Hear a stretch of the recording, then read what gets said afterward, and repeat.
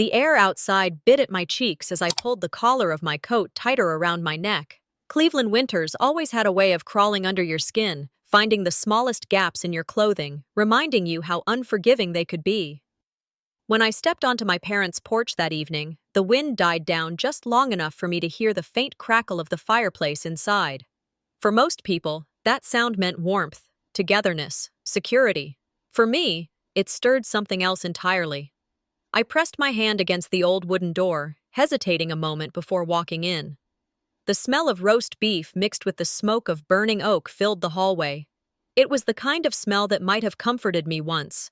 Now it felt heavy, pressing down on me the moment I crossed the threshold. "Dinner's ready?" my mother called from the dining room. Her voice carried a note of practiced cheer, the kind of tone she used when company was over, not when she was simply talking to her own daughter. I hung my coat on the familiar hook, the one that had been there since childhood, and made my way in. The dining room looked exactly as it always had. The long oak table, polished to a shine, the china that only came out on holidays, the silver candlesticks, their flames flickering against the walls lined with family photographs. In those photographs, we were always smiling, always frozen in moments that felt like someone else's life. As I slid into my chair, I caught myself thinking, family is supposed to be your foundation. But lately, it feels like quicksand. Something about this evening felt heavier, darker, as though the walls themselves knew what was coming. Father sat at the head of the table, his posture straight, commanding without a word. Marlene, my mother, sat on his right, fussing with her napkin like she could iron out the tension with perfectly folded corners. Across from me were my brothers, Selwyn and Quillen, both avoiding my eyes as though they had been given silent instructions not to engage. The meal began in silence, only the sound of utensils against plates filling the room. Then Father raised his glass. His hand was steady, but his eyes scanned each of us deliberately. "To family loyalty," he said. His voice was calm, but the weight behind those 3 words was unmistakable. Glasses lifted because they had to. The clinking sound rang hollow, like the sound of chains tightening. I brought mine to my lips, the liquid bitter though it was only wine. Loyalty, I thought, always feels like a chain when it comes from him. Selwyn tried to lighten the moment with a forced chuckle. "Dad always knows how to keep us in line," he said, half joking, but more true than he probably intended. Father smiled faintly, pleased not by the humor, but by the acknowledgement of his control. Quillen shifted uncomfortably, eyes fixed on his plate. The toast lingered in the air, not as celebration, but as warning. I could feel it settle over me like smoke. The conversation turned to safe topics, or what passed for them in our family. Father asked Selwyn about his engineering work, nodding approvingly at every polished response. Mother praised Quillen for his dedication, even though I knew he hated his banking job. When they turned to me, the air shifted. "And you, Isolde?" my mother asked, her tone flat. "Still at the school?" "Yes," I replied. "It's steady. The kids are doing well. We've started a new reading program." She cut me off with a dismissive smile, turning back to Father before I could finish. The conversation moved on as though I hadn't spoken at all. Father leaned back in his chair, swirling the wine in his glass. "It takes real leadership to keep a household together. Discipline, order, those are what make a family strong." No one disagreed. No one dared. I sat quietly, forcing myself to chew, to swallow, though the food seemed to grow heavier with every bite. This family has more secrets than stories, I thought. And in every secret, I was the one who paid the price, the scapegoat, the one blamed whenever things didn't fit the perfect image. Halfway through the meal, Father lifted his glass again. "Loyalty," he repeated, slower this time. His eyes locked onto mine like a challenge. I set down my fork, the weight of the decision heavy but familiar. "Does loyalty mean silence?" I asked. My voice was even, deliberate. "Or does it mean honesty?" The table froze. Selwyn's fork clattered softly onto his plate. Quillen glanced up, then quickly looked away. "Don't start, Isolde," Mother snapped, her voice sharp enough to cut through the air. Father leaned back, lips curving into a smirk. "A family without loyalty is not a family," he said, as though reciting scripture. "And a family without honesty," I replied, holding his gaze, "isn't a family either. It's a performance." The silence that followed was thick, suffocating. My heart pounded, but I kept my face calm, refusing to look away. Selwyn shifted, murmuring, "Let's just finish dinner." His voice carried no conviction, just fear of the tension escalating further. Father's smirk deepened, satisfied. He had turned loyalty into a weapon and silence into surrender. The toast was never about unity. It was about submission, and tonight I had cracked the script. After the plates were cleared, Father stood and moved toward the fireplace. He crouched low, jabbing at the logs with unnecessary force until sparks flew upward. The flames surged, throwing harsh shadows across his face. "This fire keeps us warm," he said, voice casual but laced with something darker. He turned, locking eyes with me. "But it can also burn." I froze inside. Was it a metaphor or a warning? The way he said it, it was both. The fire cracked loudly, a sharp pop that made me flinch despite myself. He noticed, of course he noticed, and smirked again. I stared into the flames, feeling no comfort in their glow. The heat pressed against my skin, but inside I was cold. I've never trusted the way he looks at the flames, I thought, or the way he looks at me. My mother busied herself with the dishes in the kitchen, pretending not to hear. My brothers sat stiffly, their silence louder than any defense could have been. Father finally returned to his seat, his expression smug, like a man who had proven a point without needing to raise his voice. The fire popped again, louder this time, echoing the unspoken threat that lingered in the room. I excused myself from the table, my chair scraping softly against the hardwood floor. As I walked past the fireplace, the heat licked at my arm, a reminder of what he had said. My steps quickened, but I kept my head high. "Family dinners are supposed to feed you," I thought, the words echoing in my mind. Tonight, it feels like they're feeding on me. I paused for just a moment, catching my reflection in the glass screen of the fireplace. The distorted image stared back, stretched and warped by the glow of the flames, almost unrecognizable. Behind me, I felt his eyes. Corbin's stare lingered, steady, unblinking, as though daring me to forget what had just been said. The fire cracked once more, louder than before, filling the silence I left behind. The fire crackled again, the sharp pop echoing through the dining room, and for a second I thought it had whispered my name. I blinked, and when I looked up, Selwyn was leaning closer to me, his lips barely moving. "Why do you always have to push him?" he whispered, his voice cutting through the hum of the room. My fork paused midway to my mouth. Did he really just say that? I stared at him, but he quickly turned back to his plate, his expression carefully neutral for Father's benefit. The plates around us were still half filled. My mother reached across to adjust a candle that didn't need adjusting, her movements too precise, too practiced. Father continued cutting into his roast with deliberate force, every slice echoing authority.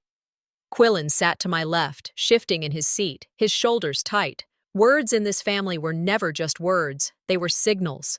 A sideways glance meant more than a sentence. A toast was a command.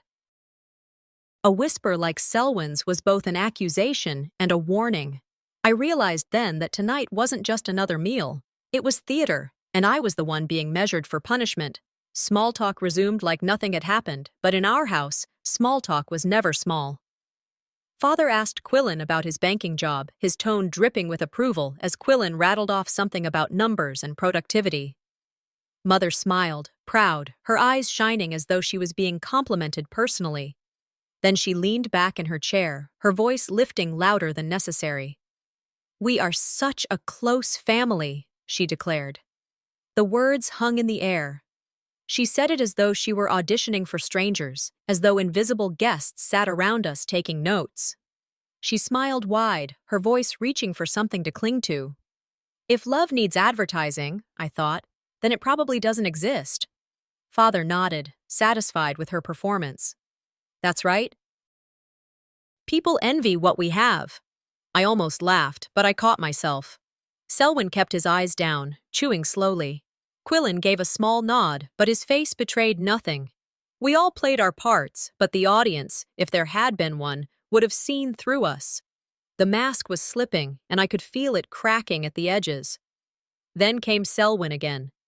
He leaned toward me, just enough so Father wouldn't notice, his smirk small but sharp.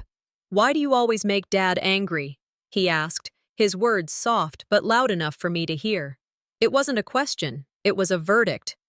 My hand stilled and I felt the sting. He's not asking, he's assigning blame. I turned to him, meeting his gaze head on. "So his anger is my responsibility now?" I said quietly. Selwyn's smirk deepened. "You just push too much. You should know when to stop." I let the words sink in, then replied, calm and measured. "Interesting how I'm the only one responsible for everyone else's temper." "Convenient, isn't it?" Quillen shifted again, his fork scraping against his plate, but he said nothing. My mother pretended not to hear, though I saw her eyes flicker toward me for a second before she went back to her food. This was the family script. I was the scapegoat, the container into which everyone poured their frustrations. Scapegoats don't just carry blame, they carry silence, so others can stay comfortable. And I knew in that moment that silence was the one thing I could no longer afford to give them. Mother spoke up then, her tone sweet, her face stretched into a smile. "We are such a close family," she repeated, almost word for word. I stared at her, shocked by the audacity. Her voice dripped with honey, but my arm still ached from the grip Father had left earlier in the night. I pressed my palm lightly against the tender skin, hidden beneath my sleeve. "If this is closeness," I thought bitterly, "I'd rather be an orphan." She caught me watching her, and her smile grew tighter, her chin tilting higher, as if daring me to challenge the image she had constructed. Father leaned back in his chair, his approving nod like a seal on her performance. "Yes," he said firmly. "We are. That's why we survive. Loyalty. Closeness." The hypocrisy was staggering. I bit my tongue, but my silence wasn't submission. It was strategy. Arguing now would only make me the evening's villain, and I had no intention of giving them the satisfaction. I turned my gaze toward Quillen. He was staring at his plate like it contained the secrets of the universe. His fork hovered over the meat, unmoving, as though he was afraid to breathe. His silence was complicity, but I could see the fear in it too. He wasn't protecting Father, he was protecting himself. The entire table felt like a courtroom, and I was always the defendant. Father, the judge. Mother, the prosecutor. My brothers, the silent jury who already knew their verdict before the trial began. When truth sits at this table, I thought, it's always outnumbered. I kept my face calm, my posture steady, but inside, something hardened. If they thought I would carry this role forever, they were mistaken. I was already planning, already gathering my strength. I would not be their scapegoat much longer. Father leaned back in his chair, his gaze heavy on me, as though measuring the exact moment I might crack. He enjoyed this, the watching, the waiting, the knowledge that I was cornered. The fire behind him popped again, louder this time, making the silence jump.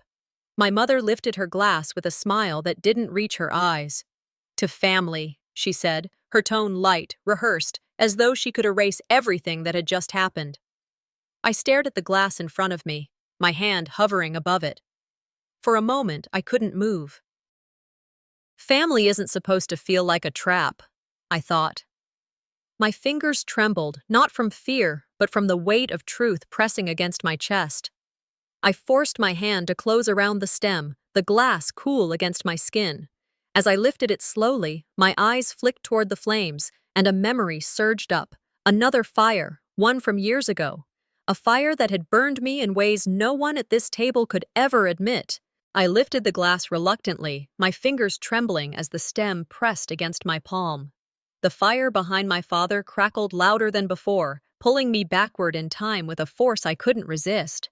The voices around the table dimmed until all I heard was the hiss and pop of burning wood. I stared into the flames, and suddenly I wasn't a woman in my 30s anymore. I was a little girl again, knees pressed against the rug, heat crawling across my skin. Fireplaces are supposed to warm children, I thought, my chest tightening as memory swallowed me whole, not mark them. That night so many years ago returned with brutal clarity. The first time I learned that pain in my house was a lesson, not an accident. I had been no older than 9. My crime was talking back, though all I had done was ask why. Father had come home angry, his face set in a scowl that never softened. I had spoken up at the wrong time, and that was enough. He grabbed me by the arm and dragged me to the fireplace, shoving me onto my knees in front of the flames roaring inside. "This will teach you respect," he said, his voice low, steady, frightening in its calmness. The heat seared against my face as I tried to pull away, but his hand was firm on my shoulder, holding me in place. "It hurts, Dad," I cried, my voice cracking as my knees burned against the rug. "Good," he snapped. "Pain builds loyalty." Behind him, my mother stood motionless. Marlene didn't flinch, didn't plead for mercy. Her face was blank, her arms folded across her chest, her silence louder than any scream. I stayed there until my skin blistered, tears streaming down my cheeks, my cries eventually fading into quiet sobs. That was the night I learned that silence could wound deeper than fire. The punishment didn't end with burns, it ended with a seed planted deep inside me, obedience through pain, silence through fear. It became the template for every conflict to come. I blinked, and the dining room returned. The fire in the hearth still roared, but this time it wasn't the child in front of it. It was me, grown, sitting at the table, pretending not to notice history repeating itself. Selwyn chewed quietly, his fork scraping against his plate. Quillen's eyes stayed fixed on his food, as though looking up would make him guilty of betrayal. My mother sipped her wine with forced calm, the glass steady in her hand. I looked at the fire again and felt the connection with terrifying clarity. What he started in childhood, he still carries now. The fire has always been his symbol of control, his weapon cloaked in warmth. The realization settled like a stone in my stomach. He had never stopped using flames to remind us who held power. It wasn't about the logs or the warmth. It was about fear, about watching me flinch, about reminding me of the scars I still carried, even if no one else could see them. But the fire wasn't the only reminder of his control. Earlier that week, I had stumbled on something in his study. I hadn't meant to pry, but curiosity had always been my flaw, and maybe my strength. While searching for a pen, I found a folder tucked behind stacks of old newspapers. Inside were documents with signatures that shouldn't have been there, signatures that looked like mine. I stared at them, my heart racing. They were withdrawal forms, each one tied to my mother's retirement account. Funds moved, drained, redirected. The signatures weren't mine. They were forged. That evening, before dinner, I confronted him quietly in the hallway. "Why is my name on these forms?" I asked, holding up the paper. His eyes narrowed. For a moment, he didn't answer. Then he smiled coldly. "You wouldn't understand. Family needs sacrifice." "That's not sacrifice," I said, my voice trembling but steadying as the words came out. "That's theft." Mother appeared then, her timing as perfect as if she'd been waiting. She looked at me, then at him, and finally at the papers. Her lips pressed into a thin line. "Don't embarrass him with questions," she said flatly. "You'll only make things worse." Worse. For him or for her. I couldn't tell. I held the papers tighter, my pulse pounding in my ears. Silence, again, was the weapon. To them, silence meant loyalty. To me, silence meant complicity. I tucked the documents back into the folder later, not because I was afraid, but because I knew I would need them. Evidence is more powerful when revealed at the right time. Now, at the table, I felt the weight of both memories pressing on me, the child forced to kneel in front of the fire, and the adult discovering her name stolen to siphon away security meant for someone else. My chest burned, not from the flames, but from decades of being erased, rewritten, and silenced. Their toasts to family loyalty rang hollow, exposed for what they really were, chains disguised as virtues. Their loyalty was never about love, I thought. It was about power. It was about obedience. I stared across the table at Father, his eyes glinting in the firelight, satisfied with the silence that stretched between us. He thought it was victory, but I felt something shift inside me. My resolve hardened. I would not let their lies define me anymore. I would not carry their silence as my burden. Even after decades, truth has a way of surfacing. It doesn't stay buried, no matter how deep you dig. I lowered my glass without drinking, placing it firmly on the table. The sound of glass against wood echoed in the quiet room. Father noticed immediately. His eyes narrowed, his jaw tightening as though I had committed a crime by refusing the ritual. He leaned slightly forward, his stare cutting through me.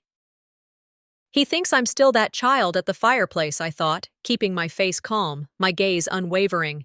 He's about to learn I'm not. The fire behind him popped violently, louder than before, making the room jolt with its force. For a moment, it felt like the house itself was holding its breath, waiting for what would come next. My father's palm slammed against the table, making the plates jump and the glasses rattle. The sound cracked through the room like a gavel, announcing judgment before a trial even began. For a moment, no one breathed. My mother froze with her fork suspended halfway to her lips. Selwyn stared at the wall as if it could protect him, and Quillen clutched his napkin like it might anchor him. This house has never been a home, I thought, gripping the edge of my chair. It's always been a courtroom, and I've always been the defendant. I steadied myself, back straight, hands resting carefully on the table. My father's face was tight with fury, the veins at his temples pulsing. I could feel the explosion coming, and part of me wondered if this was the night it would finally consume us all. "You are ungrateful," Corbin barked, pointing a finger at me. "You sit here, eating the food I paid for, in the house I built with my own hands, and you dare question me?" My mother murmured, "Corbin," but her voice faded when his glare landed on her. I held his gaze, forcing my voice to remain steady. "Providing for a family doesn't give you the right to destroy it." The room sucked in a breath. Selwyn shifted, eyes dropping to his plate, and Quillen fidgeted with his fork, the metal clinking nervously against porcelain. Father leaned closer across the table. "Disloyal, disrespectful. That's what you are." His words were low but sharp, cutting with each syllable. "I sacrificed everything for you, and this is how you repay me?" "You sacrificed us," I replied. "Not for us." A hush fell again, and I could almost hear my mother's heartbeat from across the table, fear pressed against the walls. Corbin's authority was suffocating, but I was no longer a child ready to crumble. His fire had burned me before, but it had also hardened me. The shouting escalated. He rose from his chair, towering over me. "You think you can challenge me in my own house?" His hand trembled with rage. I felt my own pulse hammering in my throat. My hand slid toward my phone on the table, almost without thought. It was my one lifeline, my one chance to prove that I wasn't alone, that his tyranny couldn't stay hidden forever. But he saw. In a flash, Corbin lunged across the table, his grip like iron, as he seized my wrist and wrenched the phone from my hand. His face was red, twisted with fury, his breath hot as he snarled, "Not in my house." I tried to pull free, but his hold only tightened. And then Marlene moved. Finally, she moved. For one brief second, hope flared in me that she might protect me. But she didn't step to my side. She stepped between me and the door. Her eyes were cold, her voice sharper than the flames behind her. "Do you want to destroy this family?" she hissed. "Calling the police will shame us all." I stared at her, the weight of her betrayal heavier than my father's grip. "Protecting myself isn't shame," I said, my voice breaking but loud enough for them all to hear. "It's survival." But she didn't move. She blocked me, her body rigid, her arms crossed like a barrier I'd known my whole life. For them, I thought bitterly, silence is loyalty. For me, silence is a coffin. The phone slipped from my father's hand and landed with a heavy thud on the table. The screen was cracked, lifeless, as if mocking me. The storm eventually calmed, though the air was still poisoned. My father sat back down, breathing hard, chest rising and falling with the force of his anger. My mother returned to her seat, her face smooth again, as though nothing had happened. But my eyes wandered to the wall near the fireplace, and that was when I saw it. There, faint but undeniable, was a dark smear. A trace of dried blood blended into the paint, strands of burnt hair caught in the grooves. Evidence of another night, another fight. He had tried to erase it, but the house remembered. My chest tightened as I stared at it. The stain clung stubbornly, defiant in its existence. I raised my eyes to Corbin. He saw what I was looking at. His jaw clenched and his eyes narrowed, but he didn't look away. He knew. He knew I knew. "No matter how much you scrub," I said quietly, my voice sharp as broken glass, "the truth leaves marks." His chair scraped against the floor as he leaned toward me, teeth bared. "Not if no one believes you." Our eyes locked, a battle without weapons, but no less deadly. He had relied on disbelief for decades, silencing with denial, twisting truth into lies. But the stain on the wall was proof that time couldn't wash everything away. Dinner continued in silence.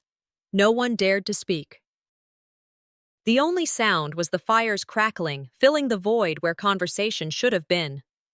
Selwyn glanced up once, his lips parting as though to say something, but he shut them quickly, choosing fear over courage. Quillen kept his head down, shoulders hunched, pretending the roast beef on his plate was the most fascinating thing in the world. My mother sipped her wine with steady hands, as though the tremor in the room couldn't reach her. I sat there, pulse still racing, listening to the hollow rhythm of utensils against plates. The silence suffocated me more than the shouting had. Fear is their loyalty, I thought. Silence is their inheritance. I realized then that I could not count on them. My brothers would not stand. My mother would not shield me. I was alone at this table, but the clarity that brought was sharper than pain. I would save myself, even if it meant standing alone. As the fire snapped again, I glanced back at the stain on the wall. The firelight flickered over it, making it glow faintly, as though the house itself was trying to speak the truth. Corbin leaned closer, lowering his voice so only I could hear. His words slid like venom into my ear.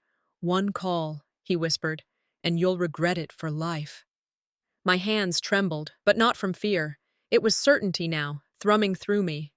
He's right about one thing, I thought. My next move will change everything, and I lifted my chin, meeting his glare with calm resolve.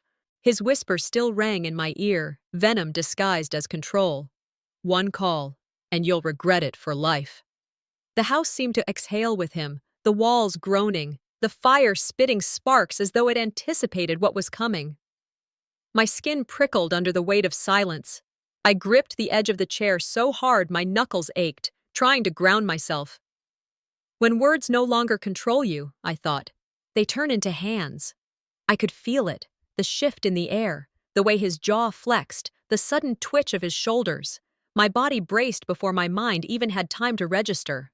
The fire popped again, louder, like a drumbeat announcing war. And then he erupted. Corbin's roar filled the room. He lunged, shoving me so hard my back slammed into the chair before I stumbled toward the fireplace. The moment slowed, my vision narrowing as the orange glow rushed at me. The heat engulfed my skin even before impact. My arm struck the edge of the hearth, bone reverberating from the force, and pain tore through me sharp and merciless. I crumpled sideways, ribs cracking under the blow. Breath vanished from my lungs. My scream ripped from my throat anyway. "Stop! You're hurting me!" I cried, clutching my arm, the searing agony spreading like wildfire. "You brought this on yourself," he snarled, towering above me. His voice was pure venom, each word another strike. I looked around through blurred vision. Selwyn sat frozen, his mouth half open as though words wanted to come but died before reaching his lips. Quillen's face was pale, fork still clenched in his fist like a useless weapon. My mother remained stiff, her glass of wine untouched beside her. None of them moved. Every nerve in my body screamed as the pain clawed deeper. My arm was aflame, my ribs ached with each breath, my head pounded. The betrayal was not just in the attack, it was in their silence. The family that should have shielded me sat rooted in place, eyes wide, mouths closed. The fireplace, once the heart of this home, now mocked me. It had been meant for warmth, For safety on cold Cleveland nights, now it burned as my enemy, a weapon in my father's hand. He stood above me, breath ragged, satisfied at the sight of me curled against the hearth. This isn't punishment, I realized bitterly. This is destruction. He wants the fire to erase me, just as he's tried to erase my voice for years. The flames licked at my skin, but what seared me more was the knowledge that this violence was not hidden, not private. It was public. My brothers saw. My mother saw. None intervened. He wanted them to see. He wanted his dominance proven before witnesses. My hand pressed against my ribs, the jagged pain confirming what I already knew. Something was broken. Yet nothing compared to the weight of knowing no one would stand for me. The isolation wrapped tighter than the heat of the fire. Then my mother finally spoke. Her arms folded across her chest, her voice as cold as the winter outside. "You always bring trouble to this family," she said flatly. The words hit harder than his shove. I stared up at her, shock carving through the haze of pain. "Mom," my voice cracked. "You're just going to stand there?" Her face was unmoved, expression carved from stone. "You push and push. What did you expect?" The fire broke my ribs, I thought numbly. But her words broke my soul. Tears threatened, but I bit them back. I wouldn't let them see me cry. Not anymore. Outrage simmered under my skin. How many mothers across this country had chosen silence, had chosen loyalty to the abuser over protection of their child? I was one of them, just another daughter sacrificed for the sake of appearances. Her words sealed the scapegoat role tighter around my neck. "Don't you dare put this on me," I whispered, pain straining each syllable. But she had already turned her gaze back to her plate. My body trembled as I staggered back onto my knees. My arm throbbed uselessly at my side, and every breath was a stab against my ribs. The fire glowed at my back, mocking me, but my mind had never been clearer. The betrayal was bigger than Corbin's hands. It was systemic. Father attacked, mother justified, brothers stayed silent. Together they weren't protecting a family. They were protecting a lie. I am not their child tonight, I thought with a grim certainty. I am their sacrifice. But sacrifices are remembered, and this time I would not vanish into silence. The fire hissed louder, smoke curling as though feeding on my humiliation. My knees buckled, and I sank back down, the hardwood floor unforgiving beneath me. Corbin loomed above me, chest rising with satisfaction, the monster proud of his dominance. My mother's words echoed in my skull, replaying again and again. My brothers stared, still unmoving. My ribs screamed, my skin burned, but my mind whispered, "This ends tonight." I lifted my eyes toward the fireplace glass, catching my reflection distorted by the flames. What stared back wasn't fear. It was something fiercer, sharper, a spark of resistance. The flames roared louder, but for the first time, they didn't just consume me, they fueled me. I lay on the floor, the heat of the fire still licking at my back, my chest aching with every ragged breath. My vision blurred in and out, black spots dancing across the edges, but I could still make out my father's shadow looming over me. His silence was heavier than shouting. He didn't need words. His presence pressed down on me like the weight of a stone wall. My ribs screamed when I tried to shift, but before I could gather myself, something rough was tossed over me. The familiar scrape of fabric against my skin sent a chill down my spine. It wasn't comfort, it was concealment. An old blanket, thick and coarse, settled over my shoulders, dragging with it the faint scent of cedar and mothballs. They don't want to heal me, I realized bitterly, clutching the edge with trembling fingers. They want to hide me. The fire glowed behind me, mocking, its light filtering through the blanket's faded weave. And all at once, I knew this wasn't just about the bruises or burns. It was about erasing evidence, covering truth the way they always had. Marlene crouched beside me, her movements sharp, efficient. Her face was unreadable as she tucked the blanket tighter around me, pressing the fabric against the blistering heat of my arm. It stung, a cruel reminder of the flames. "Stop crying," she said coldly, her lips barely moving. "No one needs to see this mess." I gasped, the words cutting deeper than the pain. "You're covering it," I managed, each syllable dragging against my throat. "Not fixing it." Her eyes flickered briefly with something: anger, fear, shame, I couldn't tell, but her voice was firm. "Better covered than shameful." The phrase hung between us, as heavy as the blanket itself. My childhood stitches were woven into that fabric, little flowers embroidered by her hands when I was small. Back then, it was a symbol of warmth. Tonight, it was a shroud of denial. My father stood by the doorway, arms folded, satisfied. My brothers remained still, Selwyn staring blankly at the wall while Quillen shifted from foot to foot, his jaw tight, eyes fixed anywhere but on me. They let her smother me under that blanket because it was easier than confronting what they had seen. The betrayal wasn't just in their silence. It was in the way they agreed to bury me beneath fabric and lies. Selwyn finally moved, clattering his fork against his plate as he gathered dishes and carried them to the sink. He didn't look at me. He didn't ask if I was all right. Quillen's eyes darted toward me for half a second before he lowered his head, as though even acknowledging me was dangerous. The silence grew heavier with every passing second. Only the fire dared to speak, its pops and hisses filling the air with sound none of them would make. In this family, I thought bitterly, silence isn't golden, it's lethal.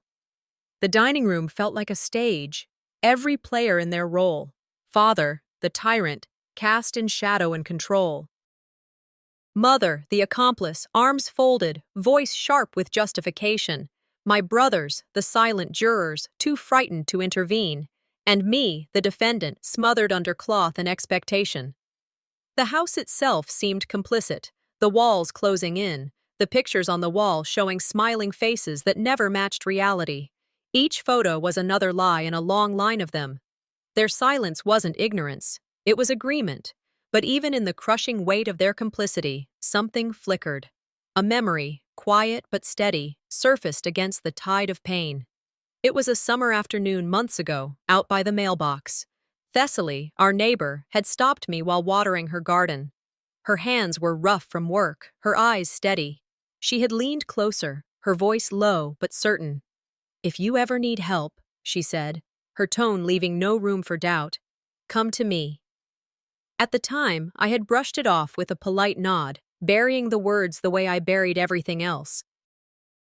But tonight, beneath the suffocating blanket, her voice returned with startling clarity. Hope doesn't always roar. Sometimes it's a whisper at the mailbox, a phrase spoken in passing, a promise tucked into memory until the moment you need it most. That promise became my thread, fragile but unbreakable. Someone out there believes me, I thought, clutching the edge of the blanket tighter. Someone sees me. For the first time since the flames seared my skin, I felt something stir within me that wasn't despair.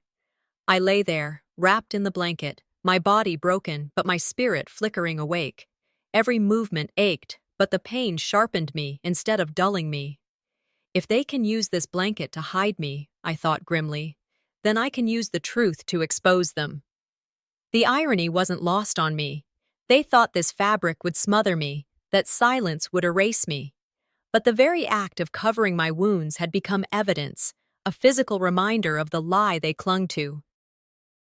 I began planning, silently, even as my breaths rasped and my body trembled. I imagined what I would need, who I could trust, how I could take what I had seen, the forged papers, the stain on the wall, the silence of this night, and turn it into something undeniable. I would not let this night vanish under fabric and excuses. Resolution took shape even as my ribs screamed with every inhale. I would remember every detail, every word, every flicker of firelight. They would not erase me. My father stood at the doorway, glaring, his shadow stretching across the rug like a warning.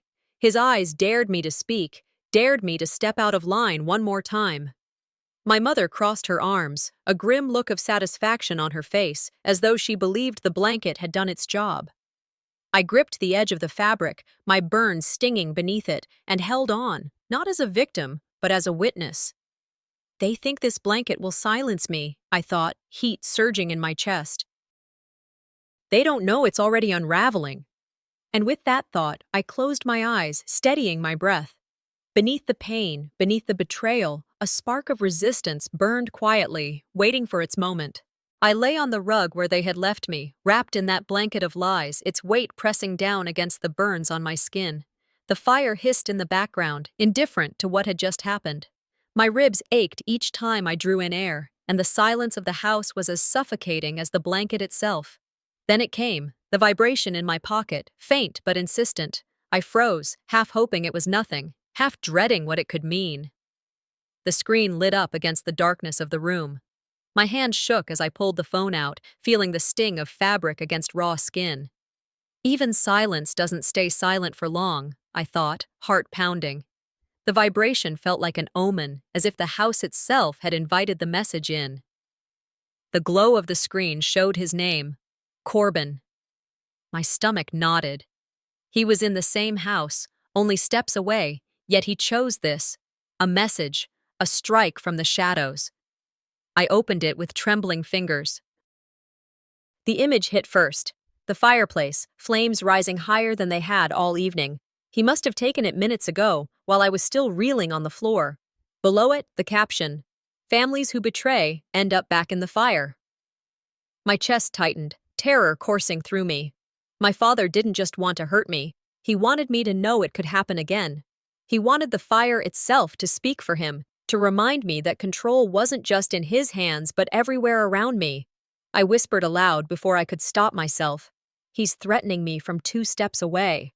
The absurdity of it, the cruelty of the performance, made bile rise in my throat. It wasn't enough to dominate me with hands. He needed me to see fear each time the flames moved.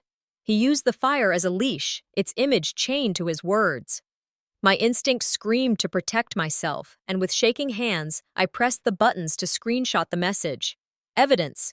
That was the only weapon I had left. Thessaly's voice, steady and calm from months ago, came back to me. Keep a record. Truth leaves a trail. So I did. I saved the image, the caption, the timestamp. My thumb hovered over the upload option, my breath shallow as I sent it to the cloud.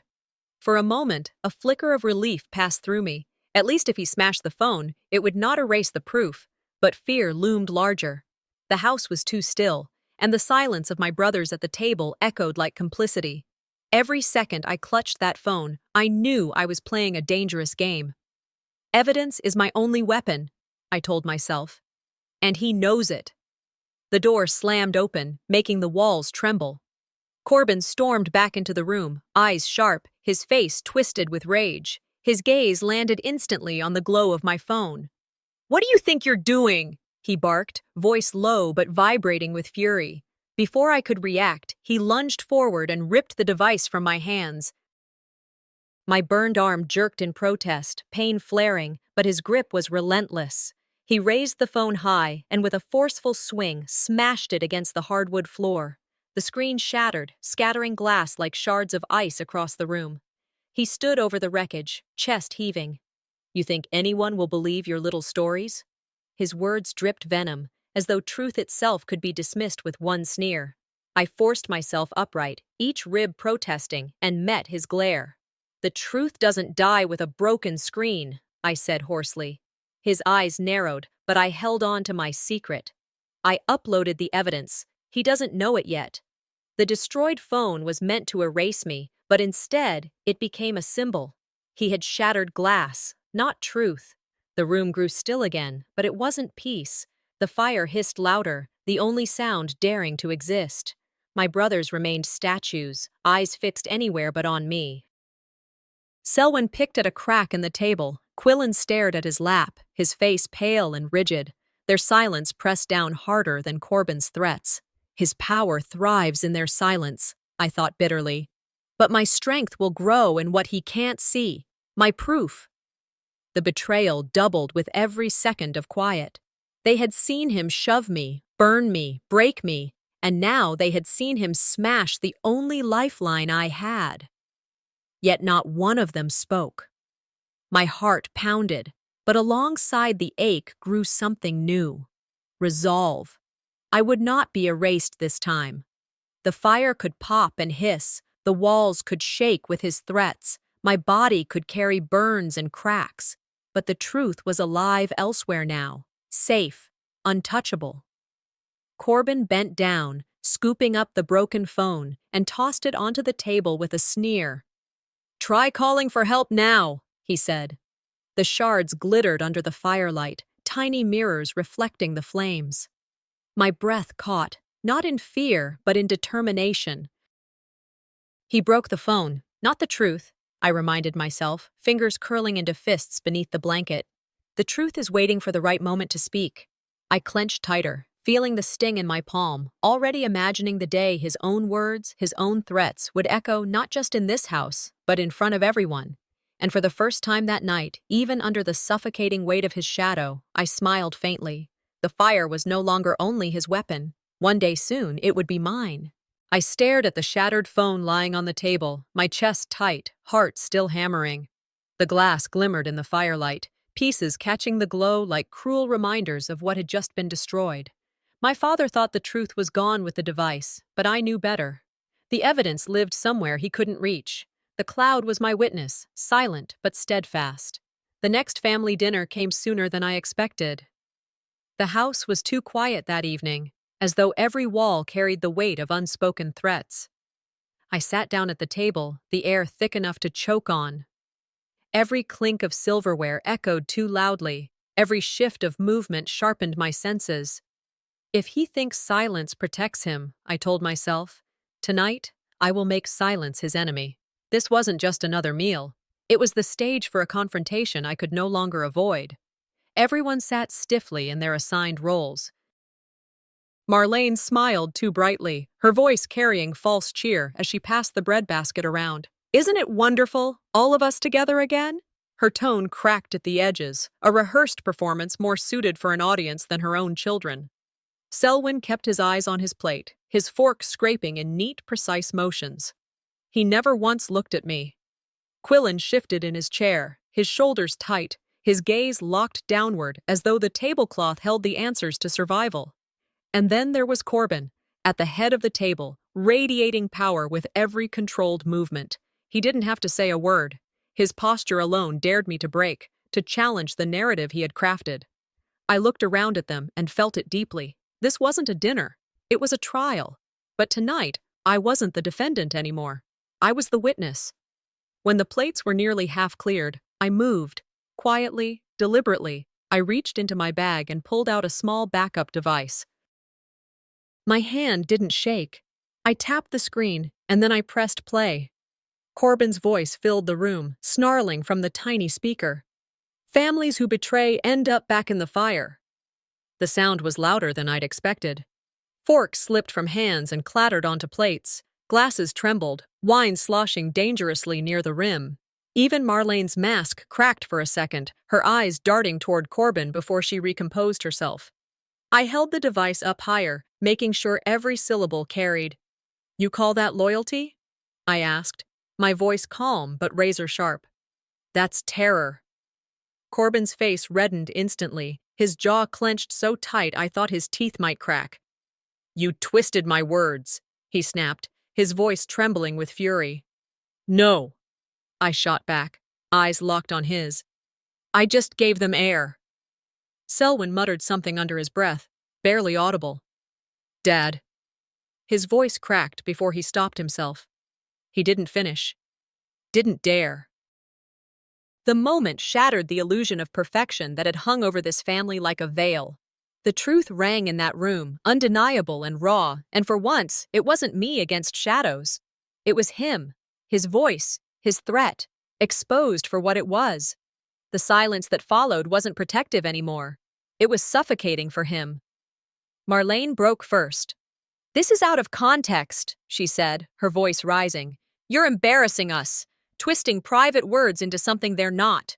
Her tone begged, commanded, demanded all at once, but I saw her hands trembling against her glass. Selwyn's loyalty wavered visibly. He looked at Corbin, then at me, then back down at his plate. His lips pressed tight, but his silence spoke volumes of fear, not conviction. Quillen sat rigid, his knuckles white around his fork.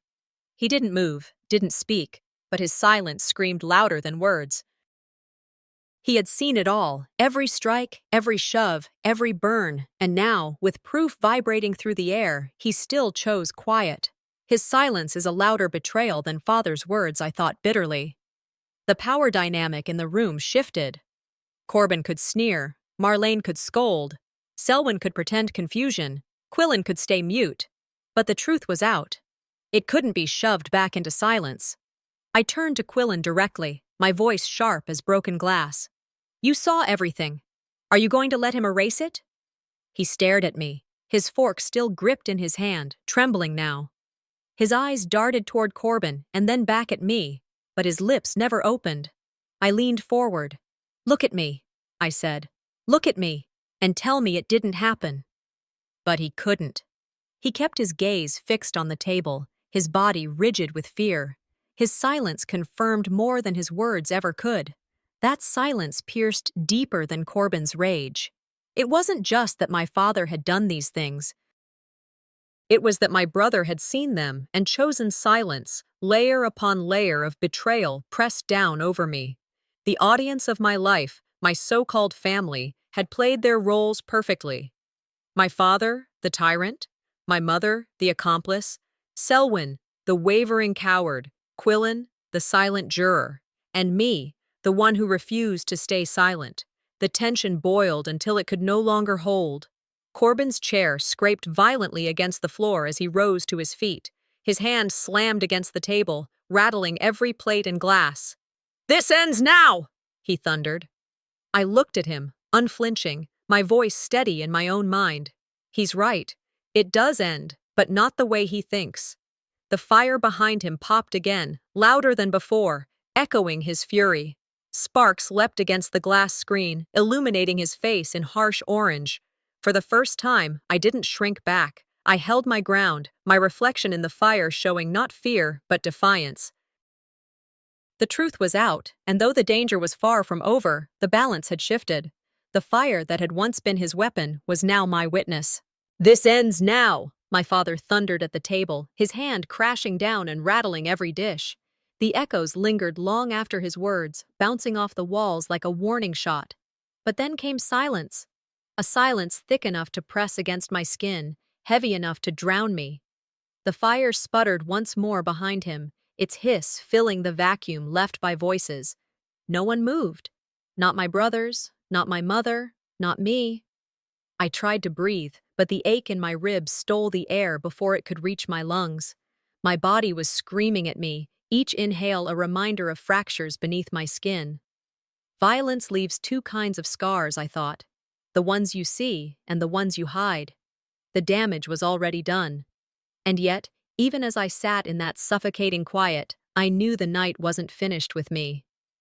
By morning, the pain had worsened. My chest felt like it was caving in. Every cough sent daggers through my ribs. When I stood, my legs gave out beneath me. The room tilted sideways, and I hit the floor hard. The next thing I remember clearly was the sharp glare of fluorescent lights above me. I was on a stretcher, voices muttering, wheels squeaking beneath me.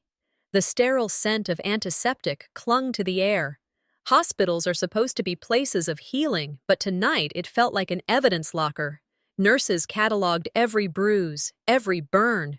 A doctor's gloved hands pressed against my ribs. I flinched at the pain. He frowned, scribbling notes on a chart. My mother sat in the corner, her face tight with disapproval, not concern. Selwyn leaned against the wall, arms crossed, eyes darting everywhere but at me. Quillen paced the hallway, his silence even louder than before. My father was absent, his authority replaced by a shadow that loomed larger than his physical presence ever could. As they treated me, bandages winding around my arm, an oxygen mask briefly pressed over my face, I thought bitterly, they're not patching me up. They're recording the aftermath of a crime no one here wants to name. The doctor examined me again, leaning closer, his voice quieter this time. His eyes searched mine, serious but gentle. "Are you safe at home?" he asked. The words stunned me. I opened my mouth, but nothing came out. Silence clung to my throat, the same silence that had been drilled into me my whole life. But his eyes didn't move away, steady and patient. Finally, I whispered it. No. It was the first time anyone had asked, and the first time I had let myself answer. For a moment, the room spun, not from pain, but from the weight of release. My body trembled, ribs burning, but my voice carried something new. Proof. That single question cracked open years of silence. In his eyes, I saw something my family had never given me. Belief. And belief felt like oxygen. The police arrived not long after. Their presence filled the sterile ER with a different kind of heaviness, a purposeful one. They asked me questions, their pens scratching across notepads, their recorders blinking red as they captured every word. My statement was shaky but clear. I described the fire, the shove, the threats. My voice faltered when I spoke of my brother's silence, of my mother's cruel words. And then I looked at her across the room. Marlene's face was cold, expression fixed as though carved from marble. Her lips never moved, but her eyes glared a message. Choose him or choose me. I realized then that she had made her choice already. She had chosen him. She always had. As I answered the officer's questions, his threats replayed in my head. One call, and you'll regret it for life. My ribs ached with each word, but I pressed on. The weight of testimony is heavy, but it also liberates. For the first time, I wasn't just surviving the fire, I was naming it. Days later, I found myself in a courtroom. The benches were filled, whispers rippling through the crowd. My body was bandaged, ribs wrapped tight, each step forward measured and painful. And then my mother was called to testify. She rose, her skirt smoothing as she walked, her chin high, voice carefully composed. But I saw it, the tremor in her hands. She gripped the railing too tightly, knuckles white, paper crinkling as her fingers betrayed her. The lawyer's voice was steady. Mrs. Corbin, did you witness the incident? There was a pause, long enough for every eye in the room to settle on her. Then softly she said, I don't recall. A murmur swept through the gallery. Her mouth denied, but her hands told the truth her lips never would. The tremor ran through her, small but uncontainable. Her hands are the cracks in the mask of denial, I thought. And cracks, given time, split wide open. When court recessed, I stepped carefully through the hallway, my ribs aching with each movement. The murmurs followed me, louder than the shuffle of papers, louder than the echo of shoes on tile. She's brave, some whispered. She's tearing the family apart, others said. Both were true. Truth always divides before it heals, I thought. At the end of the hall, I turned back once more. My mother still sat on the witness bench, her hands shaking even as she pressed them against her lap. For the first time, I saw not power in her silence, but fear. The fire she had ignored for so long was spreading now, reaching places even she couldn't control. The courtroom still carried the weight of my mother's trembling denial. Her hands had betrayed her, even as her voice tried to cloak the truth. Now I sat in the hallway outside, ribs wrapped tight, every step reminding me of the fire I carried inside and out. The walls hummed with whispers, but all I could hear was the echo of my own thought. She trembled because she knows the fire is spreading, and it's about to burn them both. This wasn't just about bruises or burns anymore. It was about everything hidden in the shadows of this family, the silence, the signatures, the lies buried under years of forced loyalty. I had walked into court half broken, but for the first time, I wasn't the one on trial. The fight had shifted. The truth had teeth now, and it was hungry. When court resumed, the room filled with murmurs as investigators laid out a stack of documents. The sound of paper against wood echoed louder than any gavel. The prosecutor lifted the first exhibit. These are financial records tied to Mrs. Marlene Corbin's retirement accounts. She paused, scanning the crowd, then held up a page. On them, we see multiple forged signatures, including the victims. A gasp rippled through the courtroom. My mother stiffened in her seat, her face blanching. The lawyer's voice cut through the silence. Mrs. Corbin, did you knowingly allow these documents to be used? Her lips parted, trembling. I did what I was told. The words struck me harder than I expected. She said it as though obedience were an excuse, as though silence erased responsibility. No, I thought fiercely, told by him, but chosen by you. My father leaned forward, face flushed red, veins visible at his temple. He snarled across the courtroom. She only did what she was supposed to. Don't drag her into this because of your lies. The judge banged the gavel. Order! Order! But the fire had already spread. The room was no longer his to control. For years, the fireplace had been his weapon, his symbol of dominance. Now it was these papers, these signatures, his own arrogance consuming them both. Truth was fire, and it was finally consuming the silence. Corbin exploded in rage, pointing directly at me. You think you're so clever. Twisting words, twisting papers. How much are you being paid to destroy your own family? His voice rose until it cracked. The courtroom buzzed with nervous whispers. My body trembled, but not from fear. For the first time, it wasn't me scrambling to explain or defend. He was the one unraveling. The judge slammed the gavel again. Mr. Corbin, you will compose yourself or be removed. I sat straighter, pain tugging at my ribs, but clarity stronger than the ache. For the first time, it's not me on trial. It's them. The power he thought permanent was slipping. Each word he spewed, each accusation, was fuel to the fire he could no longer contain. Then the door at the back of the courtroom opened. My heart skipped. I knew that face. Thessaly, my neighbor, walked forward, her steps deliberate. She hadn't been summoned, not by family, not by obligation. She had chosen. The room shifted as she was sworn in. Her voice was steady, clear. I lived across the street from the Corbin household for 12 years. I saw smoke too many nights. I heard shouting through the walls. And I saw her. She pointed to me. Through the window, injured, crying, begging. My throat tightened. Thessaly continued. I knew something was wrong. I couldn't stay silent. I pressed my hand against the bandage under my blouse, tears pricking my eyes but not falling. She gave me what my own family never did, witness and truth. Corbin shouted from his bench, She's lying! She's just a nosy neighbor! But the room didn't believe him anymore. The mask had cracked too wide. Symbolism rang in my mind, a neighbor's voice stronger than a family's silence. The documents, the forged signatures, my testimony, and now Thessaly's words stacked together like bricks in a wall. For once, it wasn't me holding it alone.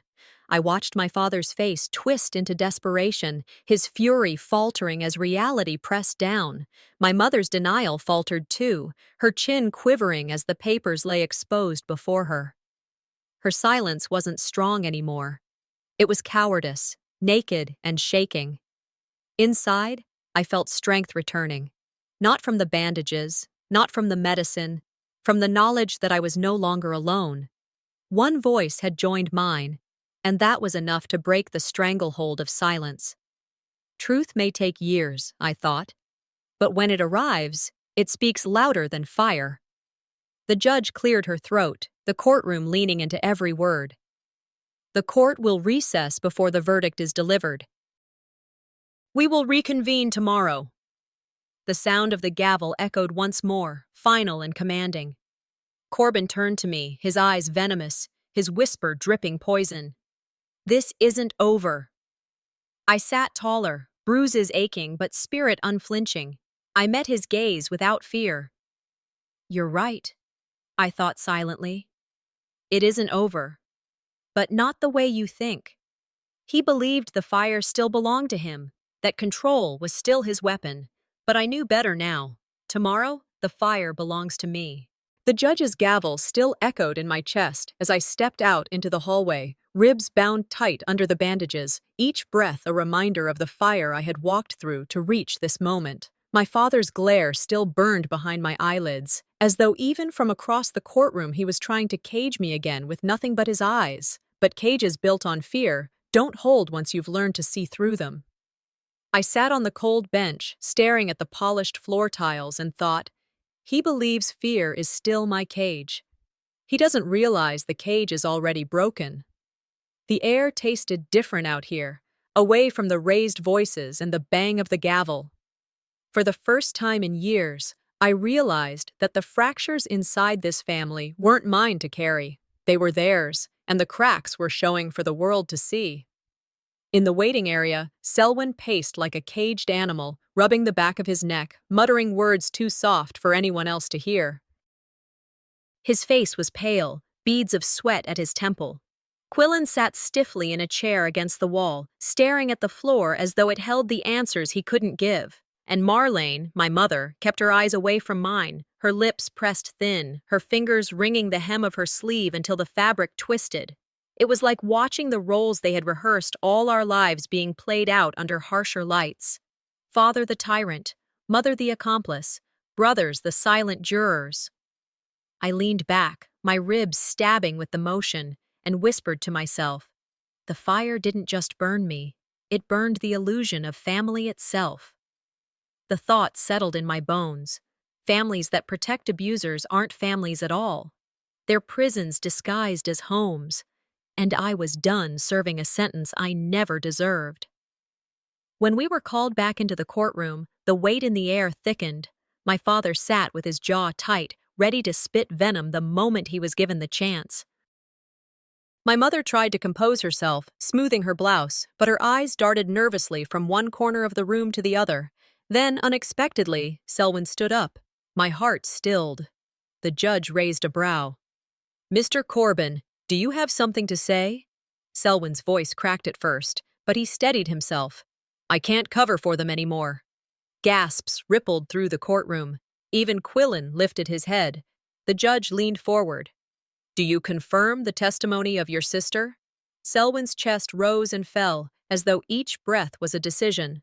Finally, his words landed heavy in the silence. Yes, I saw it. I stayed silent, but I saw it. The sound of those words filled me with something I hadn't expected. Grief and relief tangled together. Grief that it had taken him so long. Relief that finally the silence was cracking. My father's face twisted in fury.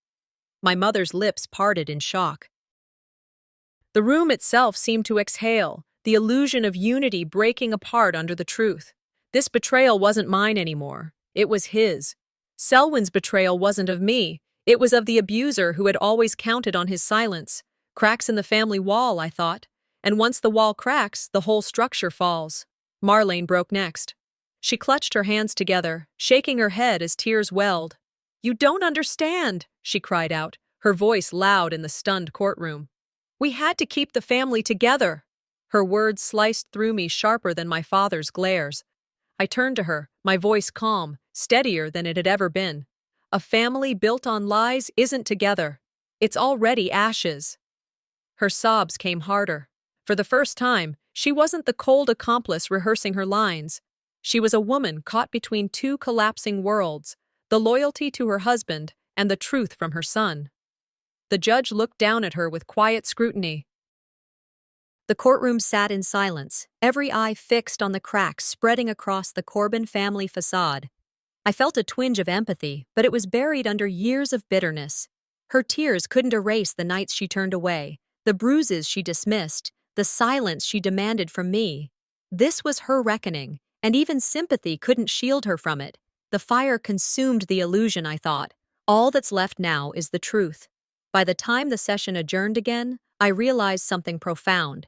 Even if the legal system faltered, even if the judge's gavel failed to deliver justice, the family bond had already shattered beyond repair.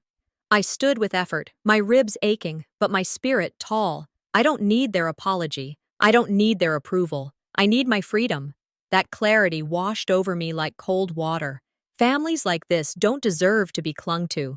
Letting go of toxic ties is not loss. It's liberation. I wasn't walking away empty-handed.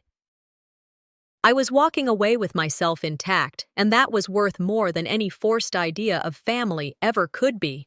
Survival wasn't just breathing after the fire. Survival was reclaiming my identity from the ashes. As I stepped outside into the cold Cleveland air, the courthouse behind me, I inhaled deeply despite the sting in my ribs. For the first time in decades, the weight on my chest wasn't only from broken bones, it was lifting. They thought fire would destroy me, I whispered to myself, but it forged me instead. The courthouse loomed behind me, its walls tall and unyielding, yet I felt taller. Tomorrow the verdict would come, sealing their fate on paper. But my freedom had already been written in the cracks of today. The morning light cut through the cold Cleveland air, brittle and sharp. I wrapped my coat tighter around my ribs as I approached the courthouse again, the steps groaning under the weight of too many years. Yesterday had felt like the first swing of a hammer against a wall that once seemed indestructible. Today, the strike of the gavel would decide everything. Inside, whispers echoed through the hallway, low and urgent, like waves against a rocky shore. Reporters scribbled notes, attorneys shuffled papers, and strangers watched me with eyes that were not pitying, but measuring. I breathed in slowly, ignoring the ache in my chest. Today is not just about a verdict. It's about reclaiming what fire tried to erase. I pressed my palm against the polished wood of the courtroom door, my reflection faint in its surface. For the first time, I didn't see a victim staring back. I saw someone who had walked through fire and refused to burn away. The judge entered, robes brushing the floor, and silence fell like a curtain. My breath caught, the ache in my ribs forgotten as her voice cut through the tension. In light of the evidence and testimonies presented, she began, her tone steady, each word carrying the weight of finality. This court finds Corbin guilty of physical abuse and financial fraud. The court also finds Marlene Corbin guilty of complicity and fraud. Gasps rippled across the room, sharp as a crack of thunder. My mother's head dropped into her trembling hands, her sobs muffled but unmistakable. My father lurched forward, his face twisted with rage, spitting words into the air. "You liars, every last one of you! This is a sham!" 2 guards restrained him quickly, their grips firm on his arms. He thrashed against them, but the authority he had once commanded at our dinner table meant nothing here. The judge's gavel struck. "Order in the court!" My chest expanded with the sound, a release years overdue. The gavel strike extinguished their fire of control. What they used to burn me now burned them instead. I stood slowly, bandages visible beneath my blouse, but my voice carried steady as if the bruises on my body had transformed into armor. "You burned me once," I said, locking eyes with my father, then turning to my mother. "But I rose from the ashes, and I'll never carry your fire again." The courtroom murmured, a wave of emotion rippling through the seats. Some nodded quietly, others wiped at their eyes. But my words weren't for them. They were for me. For the girl who had knelt by the fireplace. For the woman who had signed away years of her silence. For the survivor who finally knew her voice. The fire that once threatened to erase me now marked my rebirth. After the ruling, Selwyn approached me, his hands trembling. He looked smaller somehow, as though his silence had hollowed him out. "I should have spoken sooner," he admitted, his voice raw. I held his gaze. "Maybe, but now I don't need you to speak for me. I've found my own voice." His eyes glistened with shame, but I turned away, not cruelly, but with certainty. Forgiveness was a choice, not an obligation, and independence was no longer negotiable. Quillen sat silently in the corner, his face pale, his lips pressed together. He didn't move toward me, didn't apologize, didn't break. That was his burden to carry now, not mine. The family wall had crumbled, I thought, and I no longer needed to stand beneath its ruins. When I finally stepped outside, the cold winter air rushed into my lungs, sharp but cleansing. The courthouse loomed behind me, but its shadow didn't touch me anymore. They had tried to define me by fire, by scars, by silence, by fear. But survival had taught me something greater. I had the power to redefine myself. Not as their scapegoat, not as their secret, but as a woman forged in flames, unbreakable. I thought of Thessaly, the neighbor whose single testimony had cracked the silence. I thought of the doctor who had asked, "Are you safe at home?" I thought of the little girl I once was, forced to kneel by the fireplace, and I whispered to her in my heart, "We made it. We're free." The reporters outside rushed forward, voices overlapping with questions. How do you feel about the verdict? What happens now? I paused, choosing my words carefully, not for their headlines, but for myself. I feel alive, I said simply. They tried to destroy me with fire, but the fire made me stronger. The fire that almost destroyed me became the fire that made me unstoppable. For the first time, I smiled. Not a mask, not a performance, but a genuine smile that felt like the first breath after drowning. As I walked down the courthouse steps, my ribs still aching, but my spirit soaring, I felt the weight of years slide off my shoulders. The whispers behind me faded with every step forward. Ahead lay an open road, not free of struggle, but free of chains. I imagined myself volunteering at shelters, standing before rooms of women and men who carried their own scars, telling them, "Your scars don't erase you. They define the battles you survived." My story wasn't a wound anymore. It was a weapon, a light. Each step away from the courthouse was a step into a new life, one where my past was not my prison, but my foundation. The courthouse shrank behind me as I reached the sidewalk. I inhaled deeply, filling my lungs with the cold air that bit sharp but clean. The verdict ended their story in my life. Mine is just beginning. I turned my face toward the horizon, where the winter sun pierced through heavy clouds, pale but determined, and I walked on,